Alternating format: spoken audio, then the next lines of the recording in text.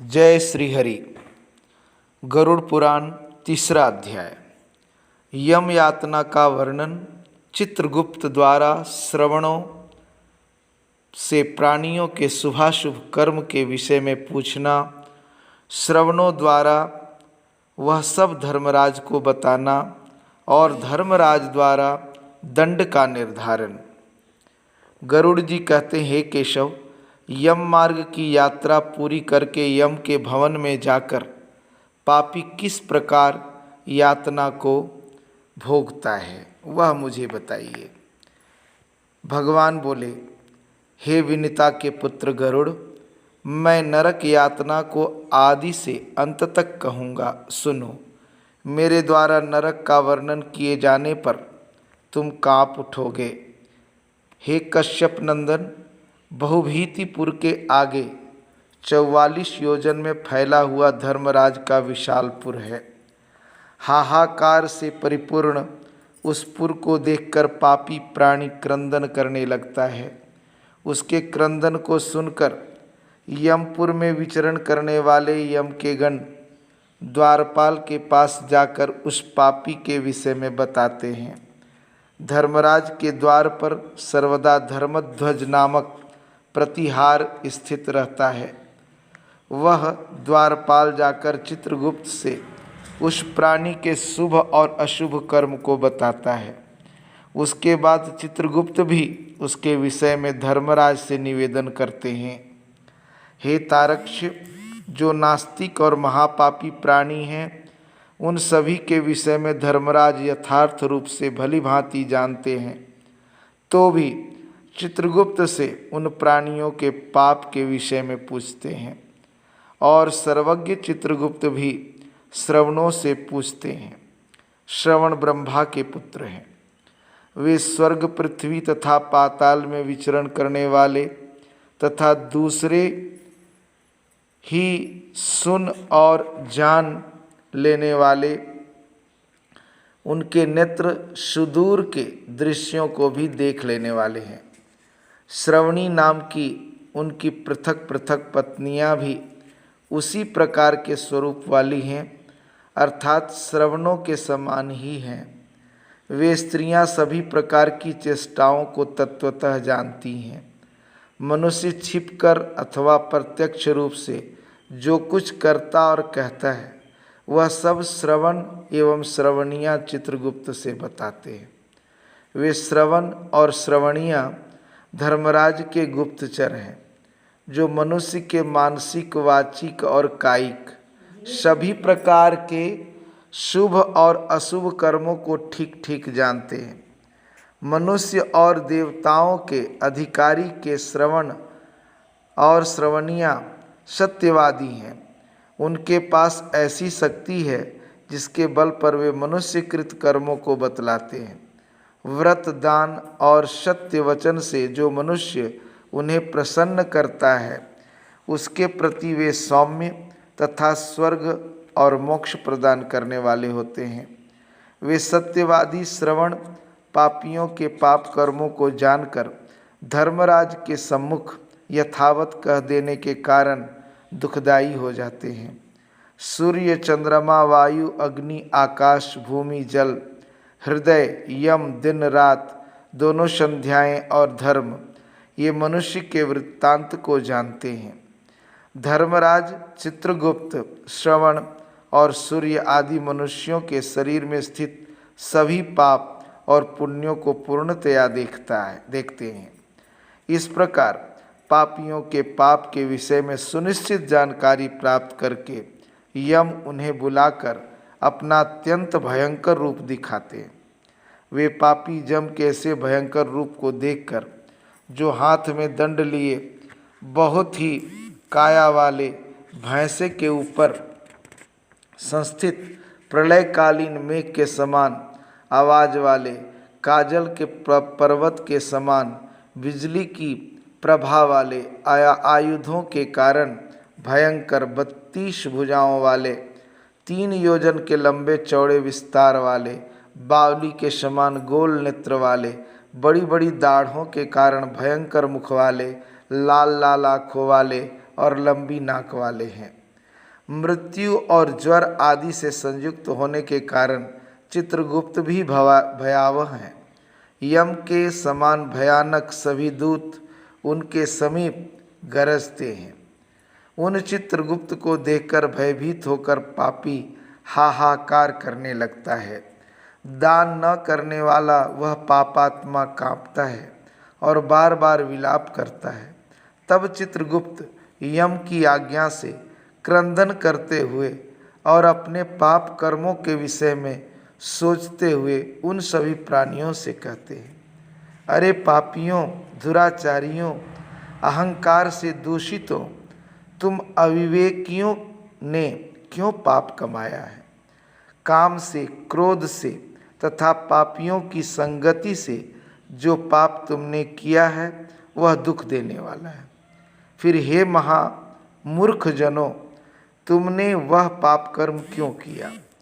पूर्व जन्म में तुम लोगों ने जिस प्रकार अत्यंत हर्षपूर्वक पाप कर्मों को किया, उसी प्रकार यातना भी भोगनी चाहिए। इस समय क्यों पारांगमुख हो रहे हो? तुम लोगों ने जो बहुत से पाप किए हैं, वे पाप ही तुम्हारे दुख के कारण हैं। इसमें हम लोग कारण नहीं हैं। मूर्ख हो या पंडित, दरिद्र हो या धनवान, और सबल हो या निर्बल, यमराज सभी से समान व्यवहार करने वाले कहे गए हैं। चित्रगुप्त के इस प्रकार के वचनों को सुनकर वे पापी अपने कर्मों के विषय में सोचते हुए निश्चेष्ट होकर चुपचाप बैठ जाते हैं। धर्मराज भी चोर की भांति निश्चल बैठे हुए उन पापियों को देखकर उनके पापों का मार्जन करने के लिए यथोचित दंड देने की आज्ञा करते।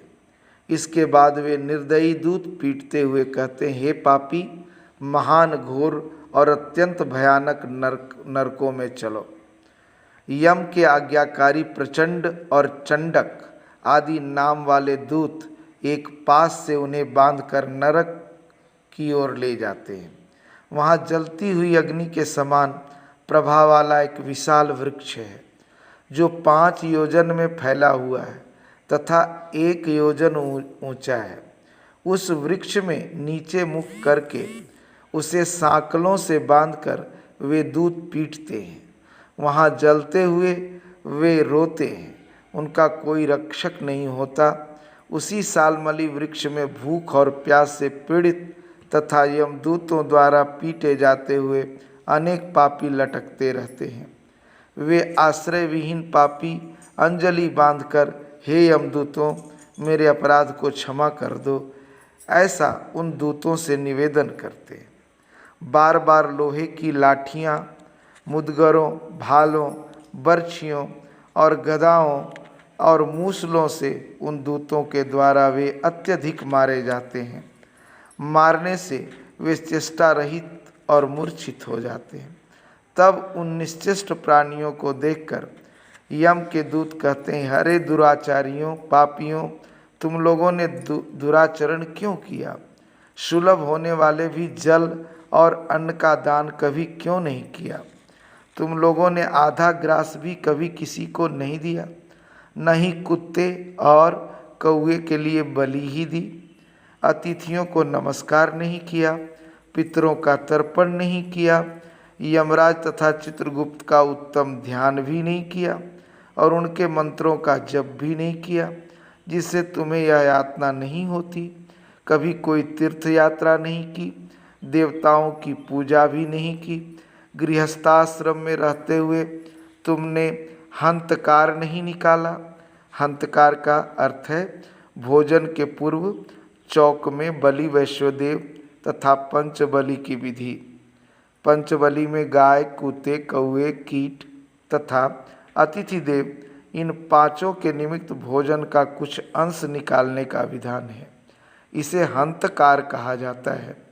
जहाँ बलि वैश्वदेव संभव नहीं होता, वहाँ माताएं अग्नि में अंत की आहुति देकर गौ आदि के लिए कुछ भोजन सामग्री निकाल देती हैं। संतों की सेवा की नहीं, इसलिए स्वयं किए गए पाप का फल भोगो।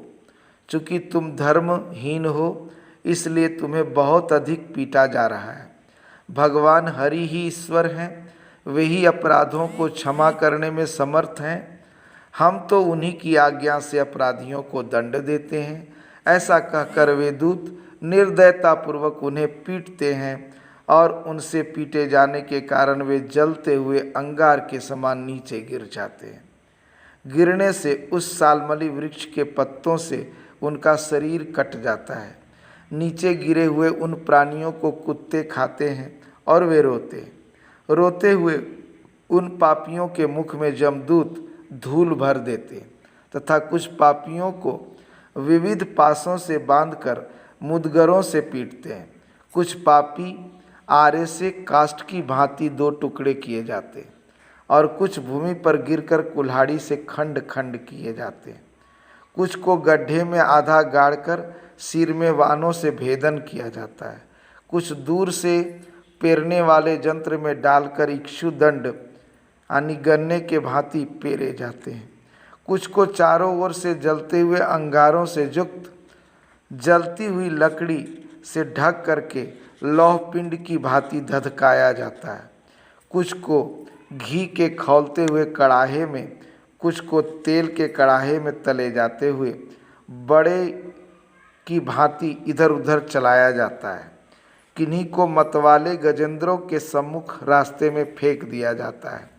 किन्हीं को हाथ और पैर बांधकर अधोमुख लटकाया जाता है। किन्हीं को कुएं में फेंका जाता है। किन्हीं को पर्वतों से गिराया जाता है। कुछ दूसरे कीड़ों से युक्त कुंडों में डुबो दिए जाते हैं, जहाँ वे कीड़ों के द्वारा व्यथित होते हैं। कुछ पापी वज्र के समान चोंच वाले बड़े बड़े कौओं, गिद्धों और मांसभोजी पक्षियों द्वारा शिरोदेश में, नेत्र में और मुख में चोंचों से आघात करके नोचे जाते हैं।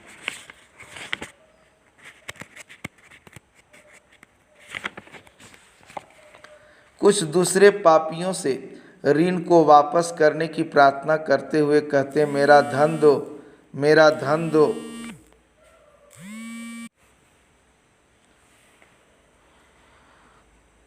यमलोक में मैंने तुम्हें देख लिया है, मेरा धन तुम्ही ने लिया है। नरक में इस प्रकार विवाद करते हुए पापियों के अंगों से षडसियों द्वारा मांस नोच कर उन्हें देते हैं।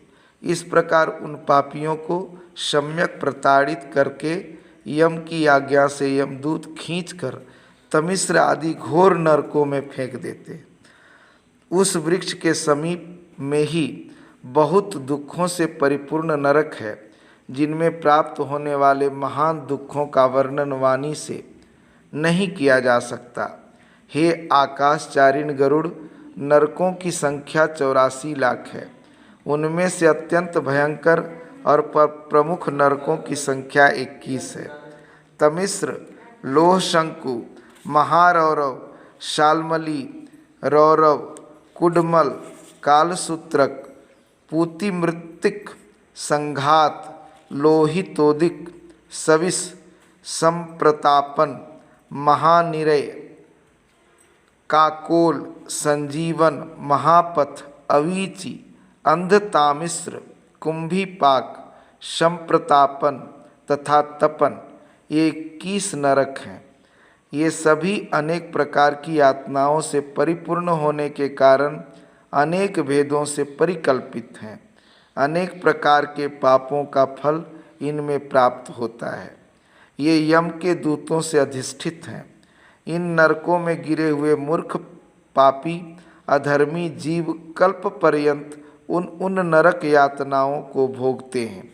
तमिश्र और अंधतामिश्र तथा रौरवादिक नरकों की जो यातनाएं हैं, उन्हें स्त्री तथा पुरुष पारस्परिक संग से निर्मित कर भोगते हैं। इस प्रकार कुटुंब का भरण पोषण करने वाला तथा केवल अपना पेट भरने वाला भी यहाँ कुटुंब और शरीर दोनों छोड़कर मृत्यु के अनंतर इस प्रकार फल भोगता है। प्राणियों के साथ द्रोह करके भरण पोषण किए गए अपने स्थूल शरीर को छोड़कर पाप कर्म रूपी पाथेय के साथ पापी अकेला ही अंधकारपूर्ण नरक में जाता है। जिसका द्रव्य चोरी चला गया है, ऐसे व्यक्ति की भांति पापी पुरुष दैव से कुटुंब पोषण के फल को नरक में आतुर होकर भोगता है। केवल अधर्म से कुटुंब के भरण पोषण के लिए प्रयत्नशील व्यक्ति अंधकार की पराकाष्ठा अंधतामिश्र नामक नरक में जाता है। मनुष्य लोक के नीचे नरकों की जितनी यातनाएं हैं, क्रमशः उनका भोग भोगते हुए वह शुद्ध होकर इस मृत्यु लोक में जन्म पाता है। इस प्रकार गरुड़ पुराण के अंतर्गत सारोद्धार में यम यातना निरूपण नामक तीसरा अध्याय पूर्ण हुआ।